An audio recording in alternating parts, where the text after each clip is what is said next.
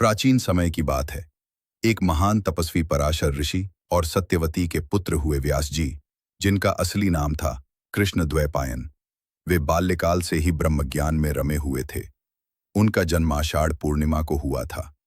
व्यास जी ने चारों वेदों का संकलन किया, 18 पुराणों की रचना की, उपनिषदों की व्याख्या की और महाभारत जैसा महाकाव्य लिखा।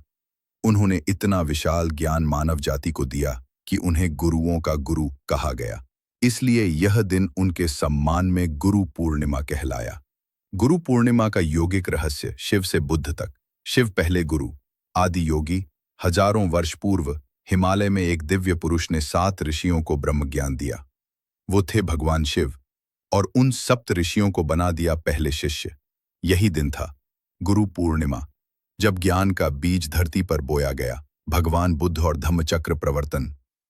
बुद्ध ने 7 वर्षों की तपस्या के बाद 5 शिष्यों को सारनाथ में अपना पहला उपदेश इसी दिन दिया। यह दिन बुद्ध धर्म में भी धम्मचक्र प्रवर्तन दिवस के रूप में पूज्य है। गुरु पूर्णिमा का आध्यात्मिक और ऊर्जात्मक रहस्य। इस दिन पृथ्वी और चंद्रमा के बीच एक विशेष ऊर्जा संतुलन बनता है, जिससे व्यक्ति की ध्यान, साधना और श्रद्धा की शक्ति कई गुना बढ़ जाती है। इसलिए यह दिन सिर्फ पूजा नहीं बल्कि एक ऊर्जा परिवर्तन का क्षण होता है। जो शिष्य इस दिन ध्यान करता है, उसे गुरु कृपा सहज ही प्राप्त होती है। इस दिन क्या क्या विशेष होता है?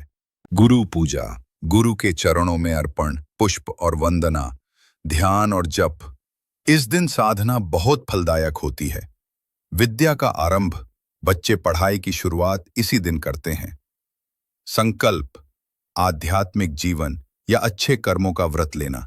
शास्त्रों में क्या कहा गया है? गुरु ब्रह्मा, गुरु विष्णु, गुरु देवो महेश्वरः, गुरु साक्षात परब्रह्म, तस्मै श्री गुरुवे नमः। इसका अर्थ है, गुरु ही ब्रह्मा है, गुरु ही विष्णु है, गुरु ही शिव है और अंततः गुरु ही साक्षात परम ब्रह्म है। गुरु पूर्णिमा वह क्षण है जब हृदय गुरु को समर्पित होता है, जब मन अज्ञान को छोड़कर ज्ञान की ओर चलता है और जब आत्मा ईश्वर से मिलने को व्याकुल होती है। यह पर्व केवल आस्था नहीं, आत्मा की पुकार है। जो भी इस दिन श्रद्धा से अपने गुरु का स्मरण करता है, उसका जीवन बदल सकता है।